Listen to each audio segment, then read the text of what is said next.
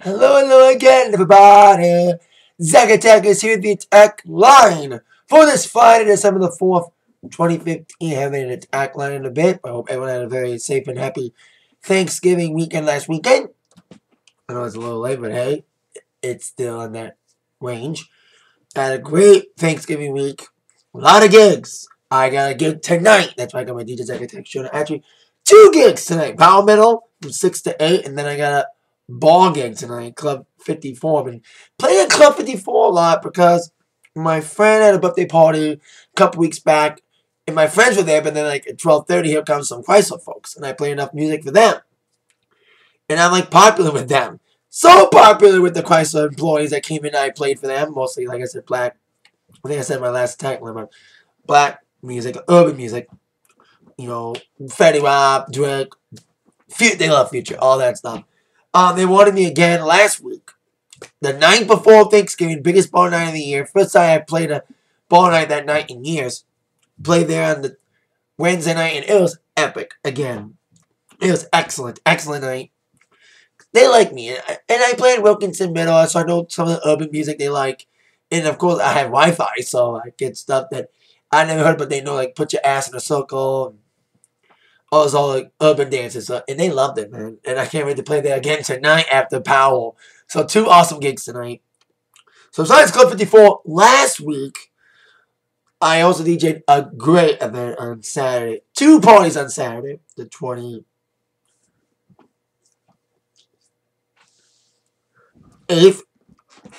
Warming High School was my alumni.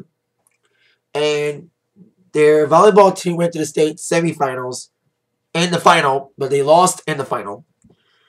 I was supposed to do a celebration for them on the 21st, but the snowstorm happened. So they were postponing the volleyball party to the 28th. That happened to be the same day the Women High School football team won their first ever state championship. That was awesome. So it was a double celebration for the great season for volleyball and the state championship win for the Women High School football team. Smallest school in the state of Michigan to ever win Division I. It was, and I was proud to be an alumni that night, and it was just an epic night. Like 500 people were there, and it was just a great celebration. I DJed a lot of things for Romeo, including the celebration party last year for volleyball. But DJing a football celebration as well as volleyball was like the best thing and most proudest moment I've ever had DJing for Romeo because of it's football, you know. And they had one hell of a year. They were 13-1. The only loss they had was against Ike. So that was a great to start the day. Then I went to a private football party in Rochester Hills right after the Romeo gig. I played at that party last year, and it was great. This year's party in Rochester Hills, way better than last year. Last year, it took them to like 11 o'clock to get going because I was in the garage. I was set up in the garage, very tight garage. And a lot of people were hanging out in the living room. They didn't get into the garage until like 11 o'clock. So I was like left alone for a few hours. But now that they know me and know what to expect from me, they were in there longer. And got in there sooner than last year. Instead of waiting until 11 o'clock to get going, 9 o'clock. Like, why when I start like 8 or 9 o'clock, boom, got going. A lot of like cheesy 90s stuff. Bobby Brown, Supersonic, Beat So Horny, Tone Loc, all that funky stuff. Funky rap stuff, and of course, like funk stuff. They love Michael Jackson and Journey. I played like 5 in a row of them. Makes me not shy about playing multiple artists, like playing the same artist 5 songs in a row. Like tonight at Club 54, if they request Future, I play him 5 times because they love Future. So it was hell, and like after the rock stuff with the adults, the kid got in there and gave me some practice for Club 54 as I played some gangster stuff for them. No Flag Zone, Fetty Wap, all that stuff. So I had a good mix. For the adults and for the kids. You know, of course, Hit the Quad and Watch Me Whip and Nene as well, which I know will go down awesomely at Powell. So there you go. Great week last week. We got 2 gigs tonight, as mentioned, Club 54 and Powell Middle. Now let's get on to it. The number ones for this past week. And the number 1 movie for the 2nd week in a row. Hunger Games reigned supreme over Thanksgiving weekend as it made an additional $52 million after its 100 million opening, squiggling 100 million. While The Good Dinosaur, the new Pixar movie, landed at number 2 with 39 million over a 3-day total, 5-day, including its Wednesday and Thursday totals, 55 mil. Well, a movie I thought was going to bomb and deserved to bomb, Creed, didn't bomb as bad as I thought it was going to be. Made 30 mil during a 3-day, 5-day total, 42. Because I thought it would be, like, Sly Stallone needs to retire. You know, his movies like Kick in the Head, bombed. I was like, please let the movie bomb to make him retire. But this wasn't that bad. At least he does. At least he knows now. Original movies don't do much. You make money off of old franchises. So there you go. Congrats to the #1 movie, Hunger Games, and of course, Billboard #1s, sweeping both. Not only having a #1 single for the 5th week in a row, but also debuting a #1 with, as we all expected, the biggest first week sales since NSYNC, a record no one thought would ever be broken, especially in this day and age. Adele did it. She sold 3 million copies of 25. Making it the first artist ever to sell 3 million in a single week. And of course, the first artist to sell over 1 million in a week in a while. Not even Taylor Swift can do this.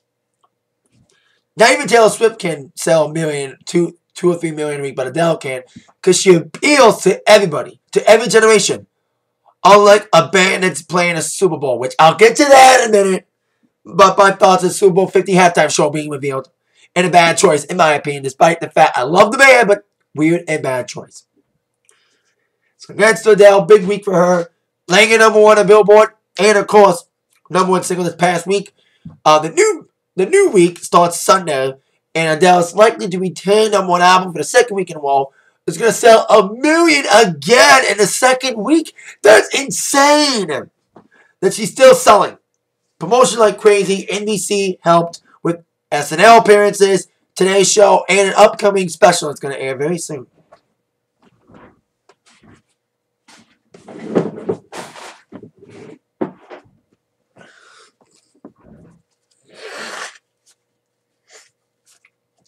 Sorry, allergy. So there you go. Big week for Adele. See if it gets bigger with the 2nd week on the album charts, and of course a 6th week on the single charts, possibly.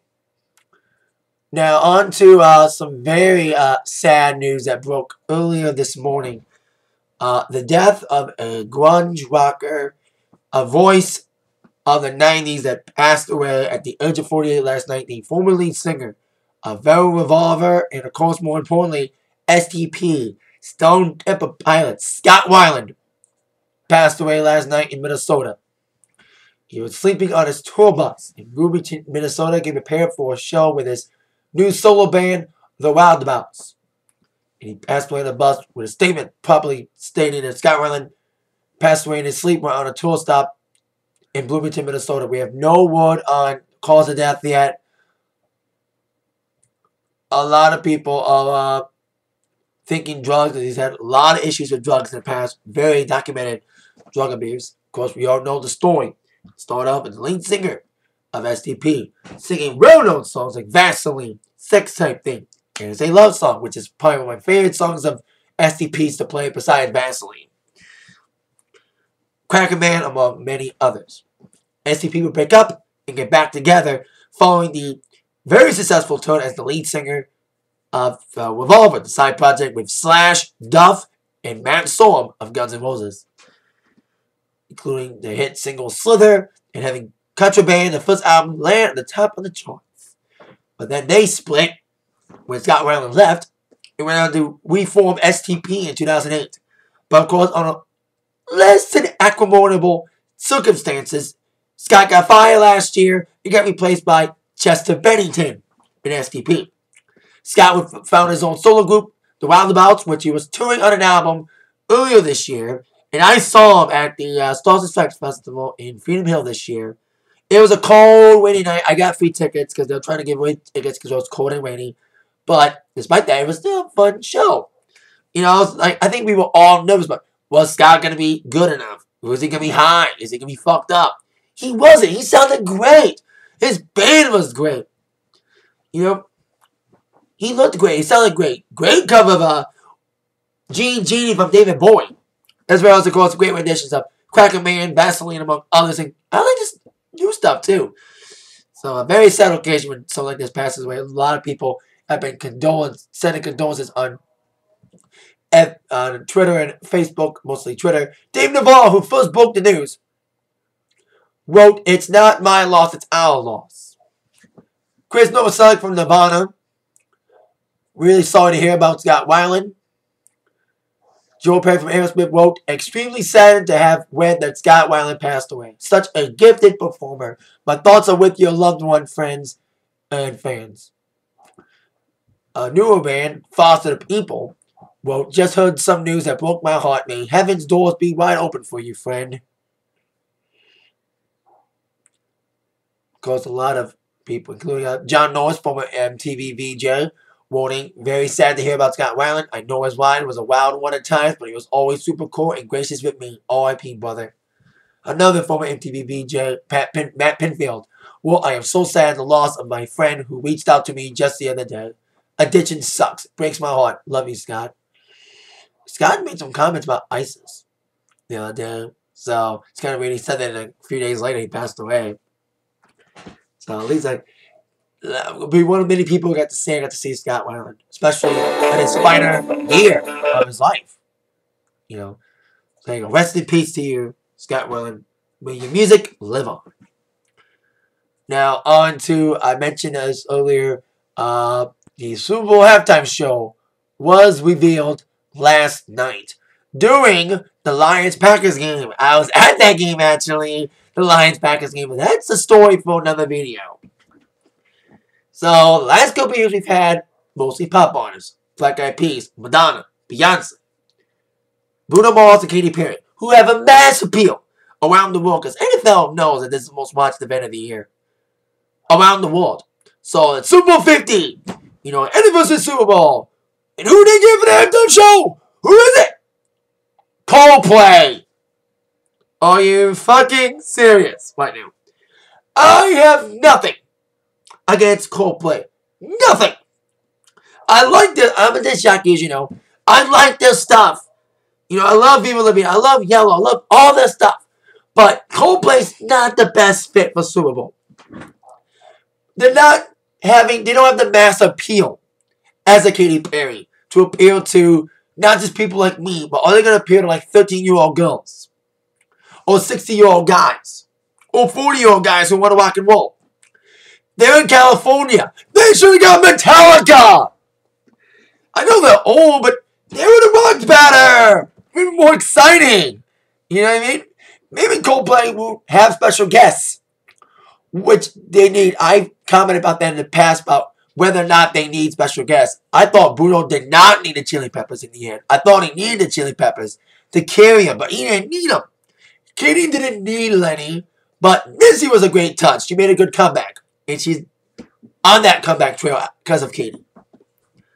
But I think Coldplay will have some special guests. Probably Beyonce, who has done Super Bowl before, and appears on Coldplay's new album, and also maybe a Rihanna appearance. She did a duet with Coldplay on their Milo Xyloto album.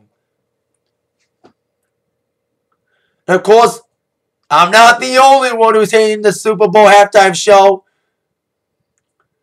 Here's some comments I'm reading. Coldplay is doing the Super Bowl. Players are going to start calling their old team in tears, trying to get back together. Halftime show would be Coldplay. Yeah, that's like everyone's like, ah. Coldplay, NFL artists off 50-time halftime gig to your favorite band 16 years ago. Someone should run the concussion protocol on whoever picks the Super Bowl halftime talent. Ooh. The NFL doesn't know what a catch is, so I don't expect them to know what a good band is. Ooh, like I said, a lot of people. The Super Bowl halftime show is Coldplay. Nothing says hard-nosed gridiron football like Yellow. You know what I mean? Like I said, a lot of people. And here's the biggest joke of all. Even Coldplay's appeared in the Super Bowl before the Browns and the Lions. Ooh, big bird. Feel the burn. Like I said, I like them, but I just don't think they're Super Bowl material. You know what I mean? I'd rather have seen Bruno again. Hell, Maroon 5 was rumored. Maroon 5 was a better choice. Screw Coldplay in this case. I'll watch it, but I know what a lot of people be doing. Pooping. Bathroom breaks. Getting more beer. Bad choice, NFL. Bad choice. And you thought you screwed the Lions last night. But the Lions screwed themselves. Anyway, so there you go. Coldplay Super Bowl 50 halftime show. Speaking of people who have done a Super Bowl halftime show in the past and kicked ass in it, by the way, Bruce Springsteen today released the newly expanded version of The River in honor of its 35th anniversary, The Ties That Bind.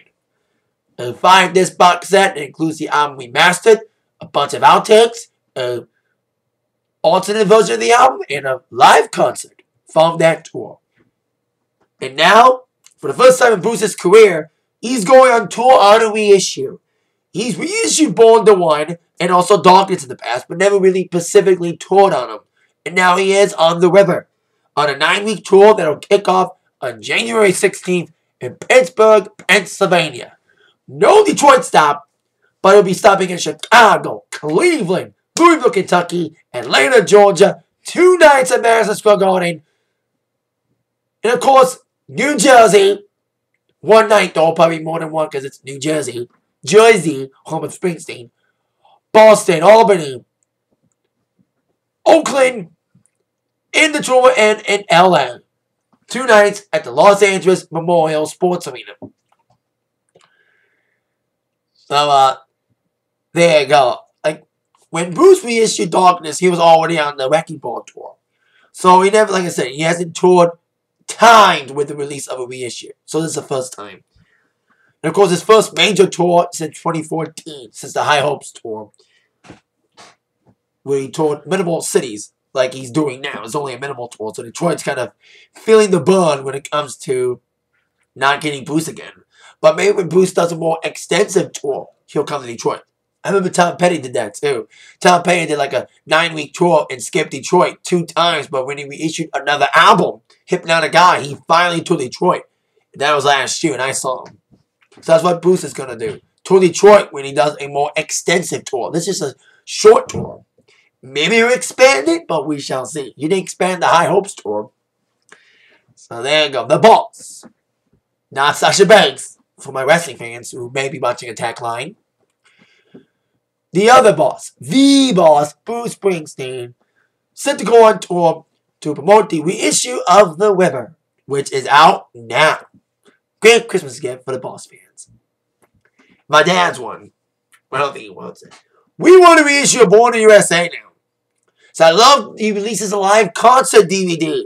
I'm a disc jockey. I want a live concert DVD of Born in the USA tour, please. So reissue Born in the USA soon. And that is it for the Attack Live today. Thank you very much for watching. With that in mind, you've been attacked by the news from Zach. See you later, yeah.